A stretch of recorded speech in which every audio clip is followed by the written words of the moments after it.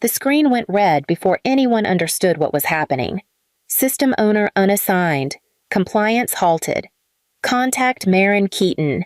Voices cracked across the demo room, executives stumbling over each other, investors whispering sharp curses, and Bryden Hale, the CEO's son, frozen with his hand still hovering over the keyboard.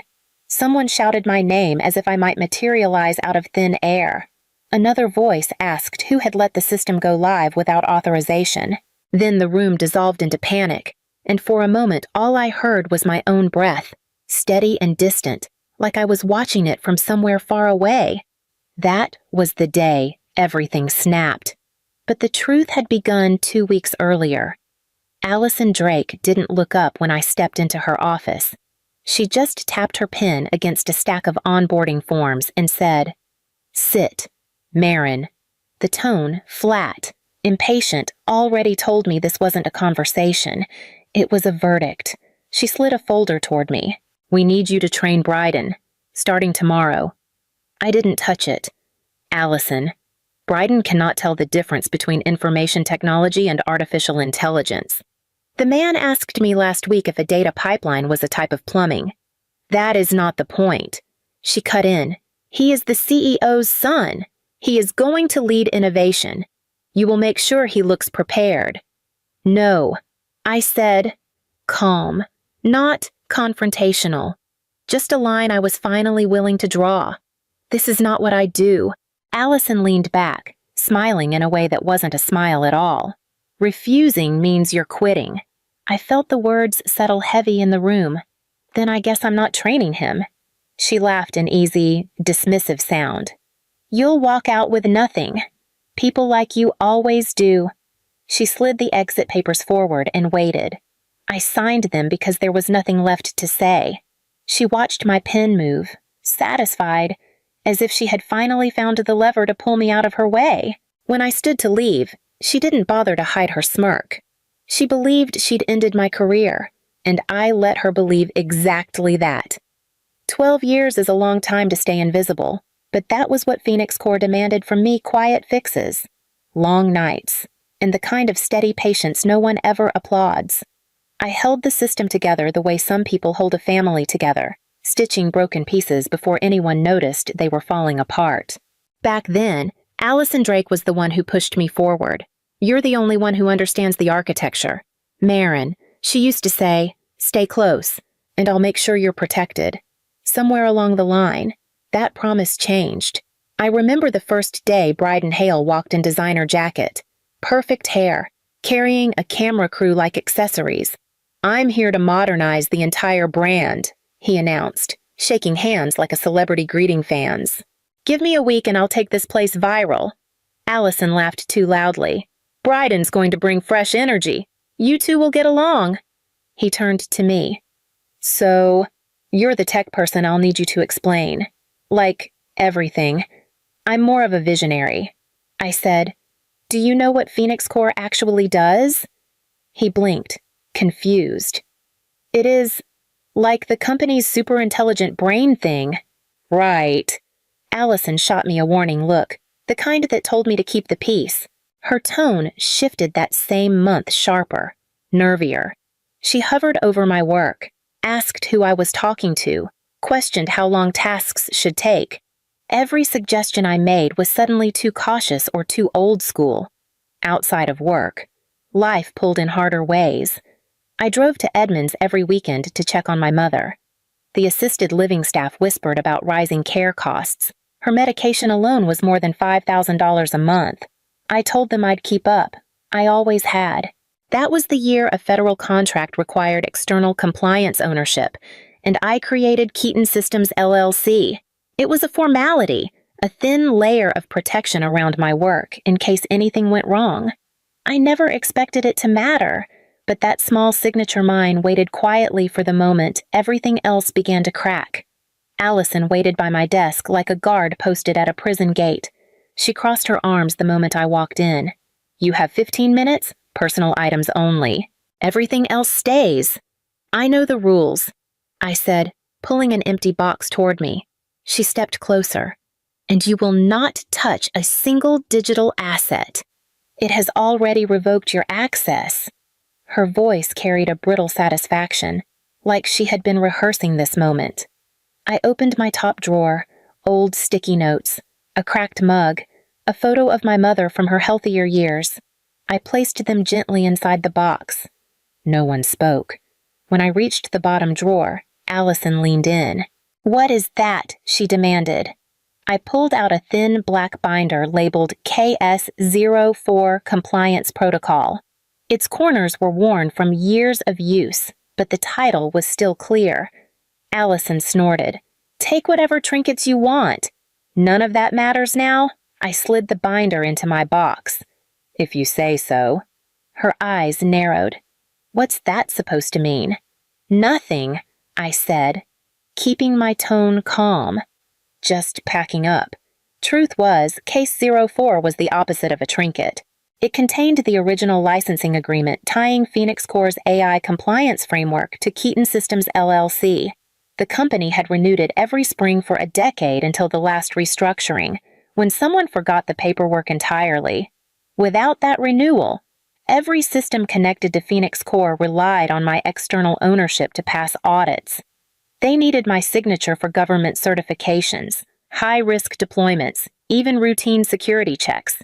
They just never realized it because Phoenix Corp never failed. I never let it. Allison tapped her heel impatiently. "Are you almost done? Some of us have real work." I closed the box. "I'm done." As I walked away, she called after me.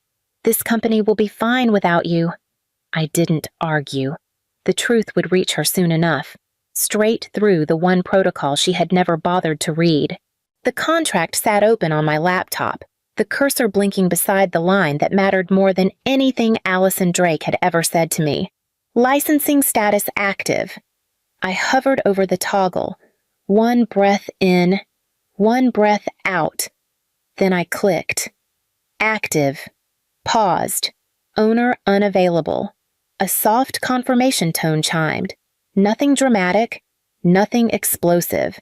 But I felt it in my chest like a shift in gravity, subtle, irreversible. I closed the laptop and set it aside. The real noise would not come from me, inside the company. The silence broke fast. "Why is this not running?" Bryden Hale's voice carried through the engineering floor. "The script says, press enter." I pressed enter. Someone muttered. "You pressed escape." Bryden snapped back. "Same thing. From what I heard later." Two engineers exchanged a look. Neither said anything loud enough for Allison to hear. Allison swept into the room anyway. "How's the onboarding going?" Bryden lifted his hands helplessly. "The system is acting weird. Look at this window. It keeps flashing red lines. Logs refresh like that." Allison snapped. "It's normal. Everyone needs to stop panicking over little glitches." One of the senior engineers cleared his throat. "It is not just the logs. The compliance layer is throwing repeated pings. It cannot verify the A loud alert cut him off." Then another, then a third. Across every connected screen, the message pulsed, "Responsible party missing." "Certification will self-nullify in 72 hours." Allison lunged for the keyboard. "It is nothing. A false flag. I am deleting it." "You cannot delete a compliance alert," the engineer said carefully. "Well, I just did," she snapped, closing windows faster than she could read them. "Focus on your tasks. Everything is running smoothly." No one replied. They all saw the same thing she pretended not to: the first hairline fracture in a system that had never once failed while I was there. And now that fracture had room to grow. Investor Day began with Allison's voice slicing through the conference room. "Our new innovation lead, Bryden Hale, will present the system." She said it like she was announcing royalty. Bryden straightened his blazer. "I got this." He whispered to no one in particular, waving at the board members as if they were fans waiting for autographs. A government partner joined through the conference line. "We are ready when you are." Allison nodded at Bryden. "Go ahead. Launch Phoenix Corp." He clicked. The screen froze. A moment later, the message appeared in bold red text: "Compliance gate refused. Owner not found."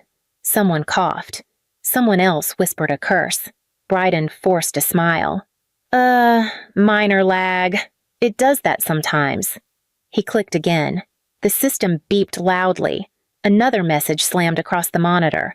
Audit layer status. No owner. Execution blocked. The government partner spoke first. Who is responsible for this system today? This is a violation of federal protocol. Bryden's voice cracked. I have the script here. It says the architecture is fully functional, and all ownership layers are. They are not. The partner interrupted. This is not optional. Identify your compliance owner immediately. Allison stepped forward.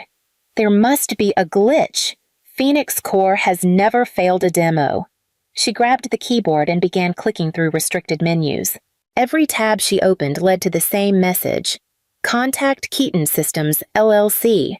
Then another line she could not escape. Owner Marin Keaton, required for certification. Her breath hitched. One of the investors leaned back. You fired the woman who built the backbone of your system. Allison's voice thinned. She refused a directive. We had no choice. The government partner spoke again. What you have is a system without a registered authority. That is not a directive issue. It is a compliance breach. 2 investors stood and quietly exited the room. Bryden looked at Allison, terrified. What do we do? Allison didn't answer. She just stared at the screen where my name repeated again and again, the one file she thought she could delete, now flashing in every corner of their collapse. My phone started ringing before I finished pouring my coffee. First one call, then another. Then a line of missed calls filling the screen like falling dominoes. The first was from the company's main number. The second was a blocked caller. The third was Allison's direct extension. I set the phone face down on the table. A moment later, it vibrated again, longer this time. Then again. And again. I let every call pass. When the buzzing finally stopped, a voicemail icon appeared. I tapped it only because the silence afterward felt intentional. Allison's voice came through the speaker thin, strained, shaking. Marin, it is Allison. Please call me back. It is urgent. Something is wrong with the system. You need to just call me. I deleted the message and slipped my phone into my bag. 2 hours later, I sat across from a compliance attorney in a quiet downtown office. Harlan Bishop had spent more than 30 years navigating federal tech contracts. He adjusted his glasses as he reviewed the Keaton Systems LLC documents. It is airtight, he said. Once they marked you as voluntarily resigned, the external license automatically shifted to paused status. That was written into the original clause. I remember. I said. They did not. He nodded. They assumed you were internal. But Phoenix Core's compliance ownership is legally yours.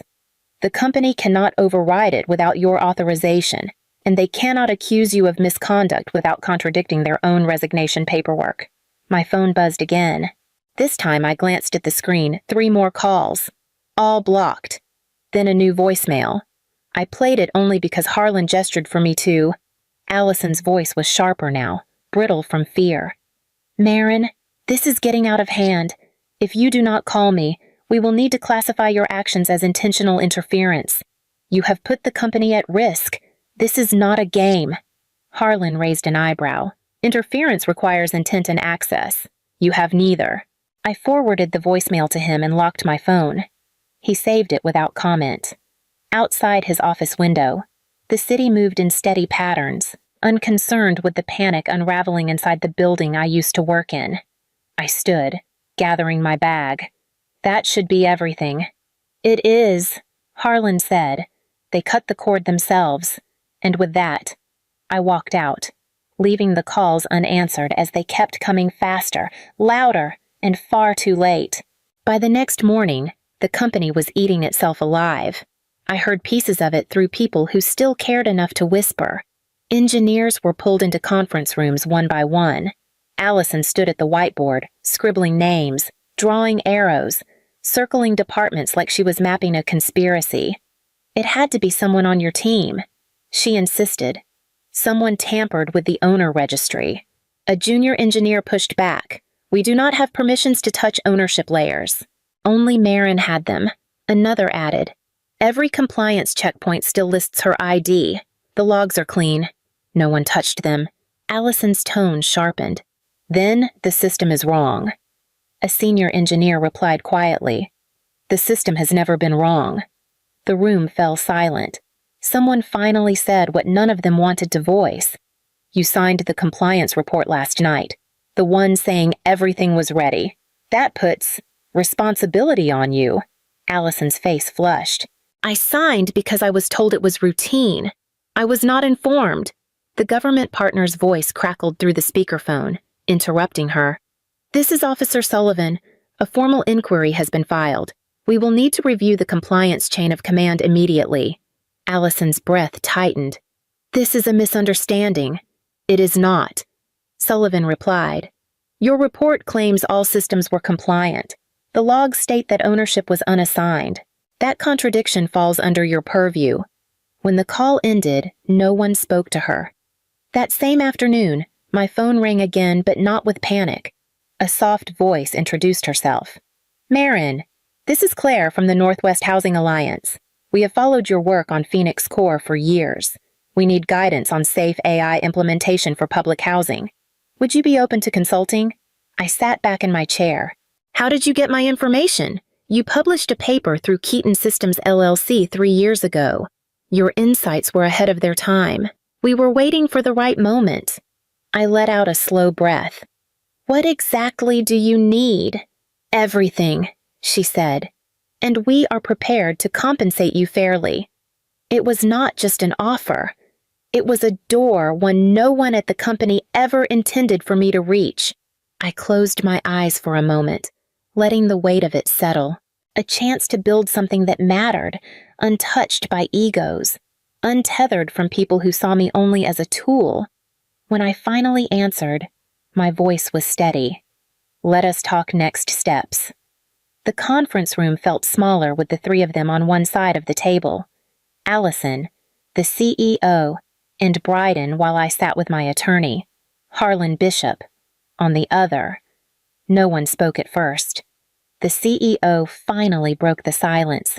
Marin, thank you for coming. We need you to reactivate the compliance framework immediately. Harlan placed a hand on the paperwork between us. We are here to listen to your proposal. Allison leaned forward. Her voice trembled. It is simple.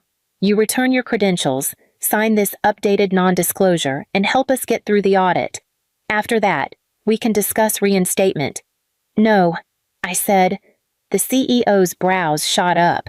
Excuse me, I am not returning as staff, I said. Keaton Systems LLC does not provide emergency compliance services without a contract. If you want access, you will need to apply as a client. Bryden swallowed hard. He had not said a word since I walked in. The CEO's voice hardened. We are offering you your job back. I do not want my job back, I replied. You ended that relationship when Allison marked me as voluntarily resigned. Allison lifted the stack of forms. Just sign these. Marin, you know how much damage has been done. We need your cooperation. No emergency work. I repeated, no shortcuts. And Allison will not be part of the chain of command if we move forward. The CEO slammed his hand on the table.